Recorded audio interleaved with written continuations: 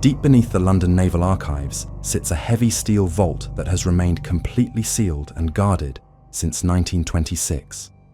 Inside this restricted room rests a single wooden crate containing the final water-damaged logbook of an unacknowledged Antarctic expedition. For decades, historians believed Captain Elias Thorne and his entire crew had simply vanished into the brutal southern ice storms. But the recovered handwritten pages revealed they did not simply freeze to death while charting an empty, frozen wasteland. The missing men found something massive buried beneath the deepest glaciers that the modern world was never meant to uncover. The official naval records from 1924 mention absolutely nothing about an armed expedition heading toward the deep southern continent. But a rusted cargo manifest found decades later listed 20 men, heavy mining equipment, and enough explosives to level a mountain.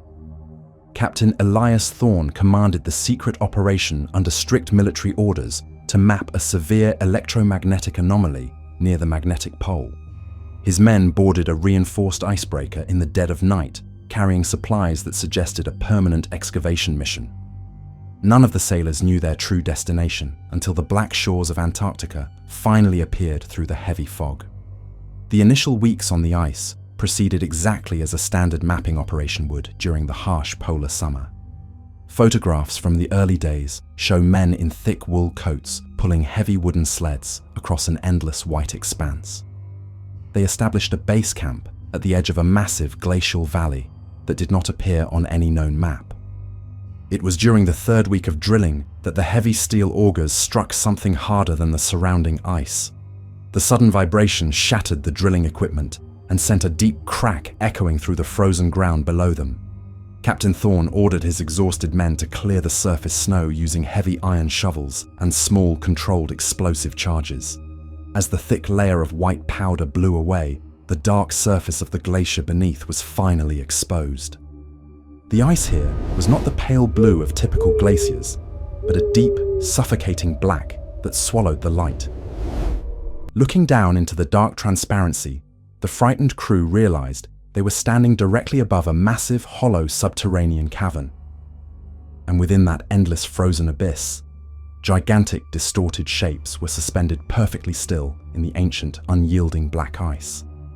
The silent shapes were vaguely human in their basic structure, but their impossible scale defied any logical biological explanation.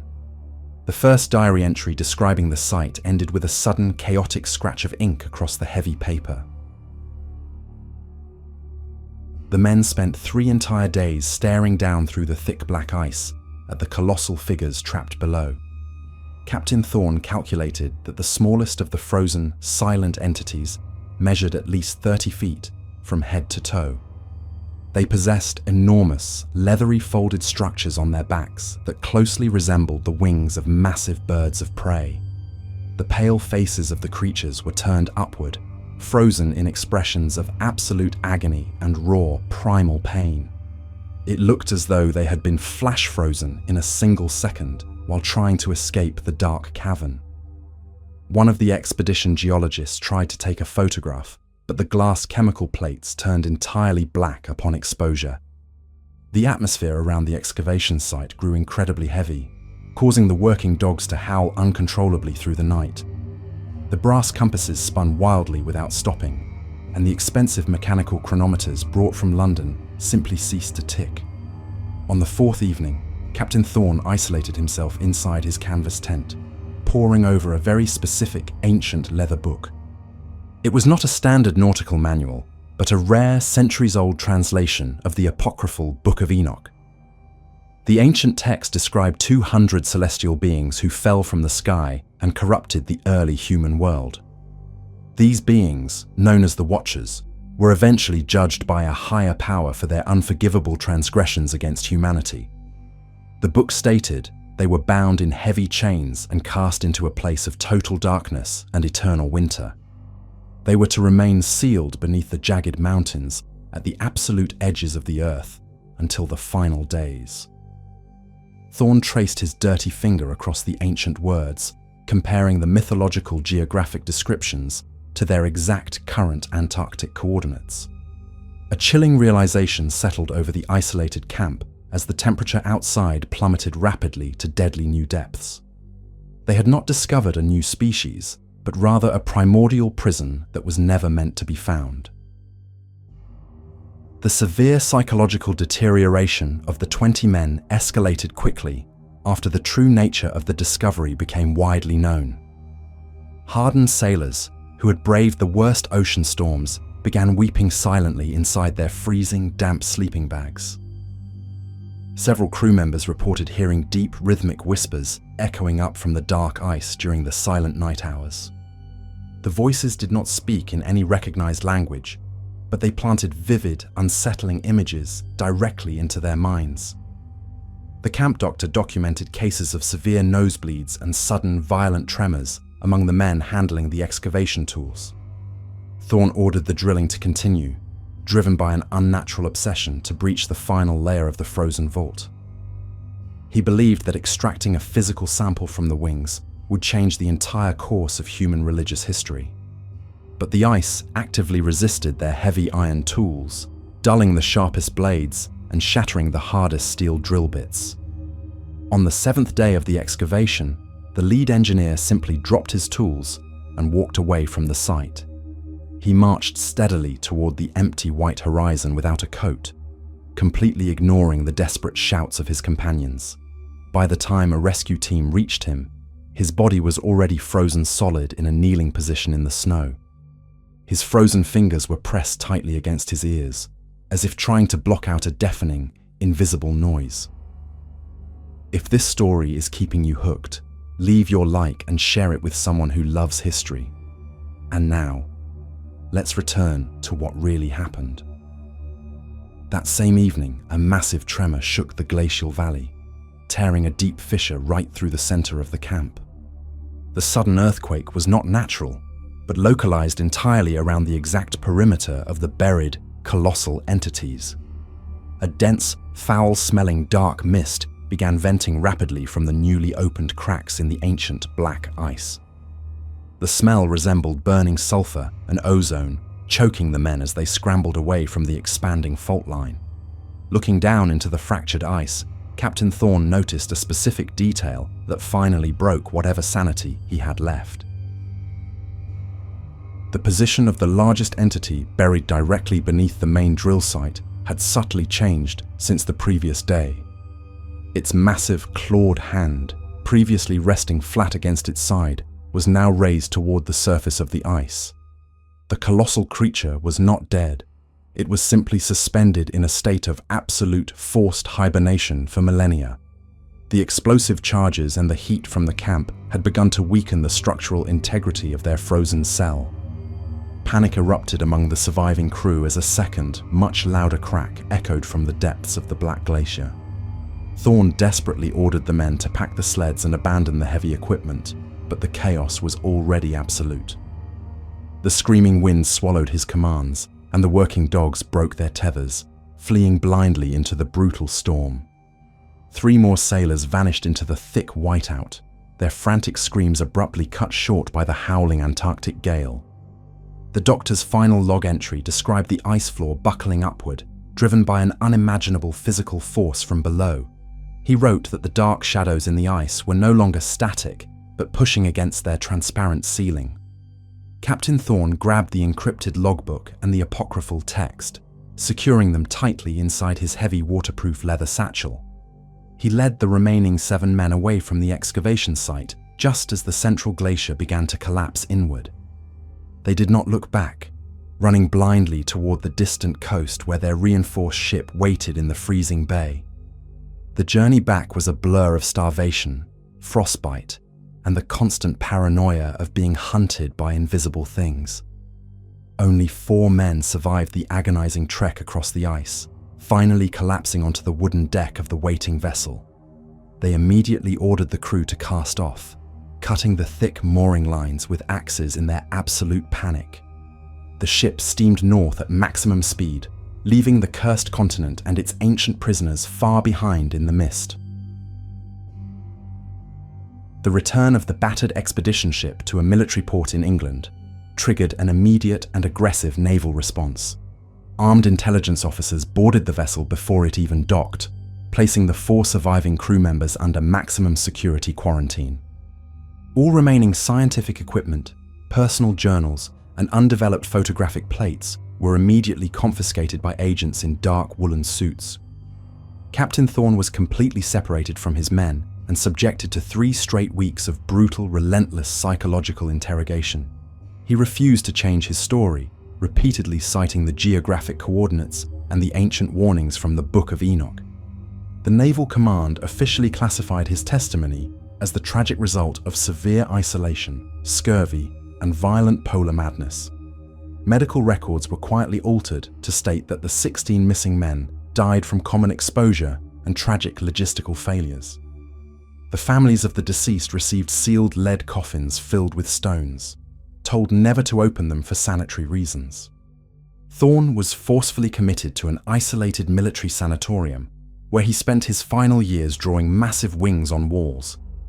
The expedition was systematically erased from public naval history, its budget reallocated and its true purpose buried in red tape. The sealed wooden crate containing the recovered logs was locked away in the deepest sub-basement of the London Maritime Archives. For more than half a century, the dark secret of the southern ice remained hidden from the oblivious civilian world. But in the late 1980s, a low-level archivist stumbled upon the crate while relocating forgotten files during a renovation. He managed to photograph several pages of Thorne's journal before security protocols forced him to abandon the restricted area. The leaked, stained pages circulated through obscure academic channels, sparking fierce debates between historians and underground theological researchers. The coordinates listed in the journal pointed to a vast, unexplored sector that remains completely devoid of modern satellite imagery. Whenever civilian mapping flights attempt to cross that specific grid, their navigation instruments always experience catastrophic and unexplained failures. The strange magnetic anomalies in that precise sector of Antarctica have been heavily documented by modern scientific research stations. Official geological surveys attribute the compass spin to massive deposits of iron ore buried deep beneath the thick continental crust. Yet, independent researchers have consistently pointed out that iron ore does not cause the severe psychological effects reported by pilots. Several modern aviators flying near the restricted zone have described overwhelming feelings of sudden dread and intense auditory hallucinations.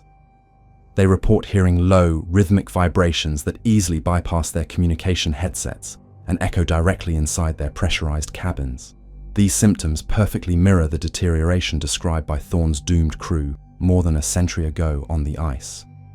Military activity around the perimeter of this supposedly empty wasteland has increased significantly since the end of the Cold War.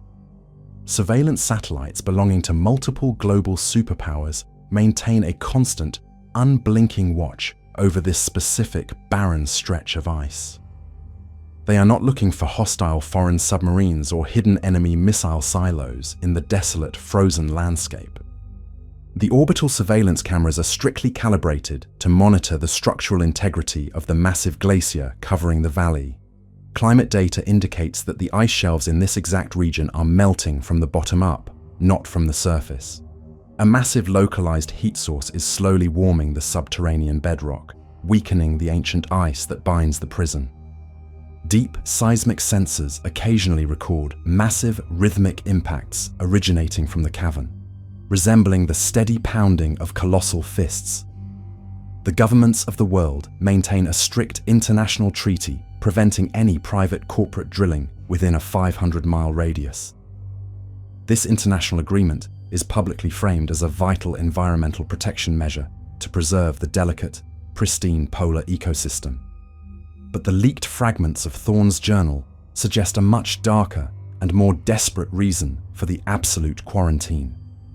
The authorities deeply fear what might happen if the ancient ice finally cracks open and exposes the cavern.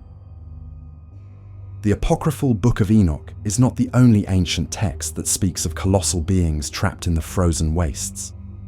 Various indigenous traditions from the southernmost tips of South America also warn of massive shadows sleeping beneath the White Mountains. These oral histories describe a time when the sky burned and towering figures crashed into the dark, freezing waters.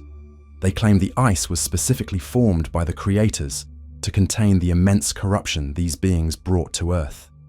Modern academic theology largely dismisses these accounts as dramatic allegories meant to explain complex celestial phenomena to early human cultures. But the physical evidence described in the naval logs bridges the unsettling gap between ancient mythology and biological reality. The physical details of the leathery wings and the agonizing facial expressions match the ancient descriptions with exact precision.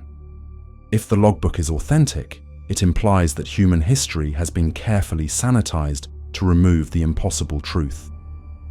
The entities frozen in the ice are not demons in a spiritual sense, but physical beings of immense scale and power. Their ancient imprisonment was not a metaphysical metaphor, but a literal, violent geological event requiring catastrophic force to execute. The heavy naval vault in London continues to guard the remaining unredacted pages of the doomed 1924 expedition.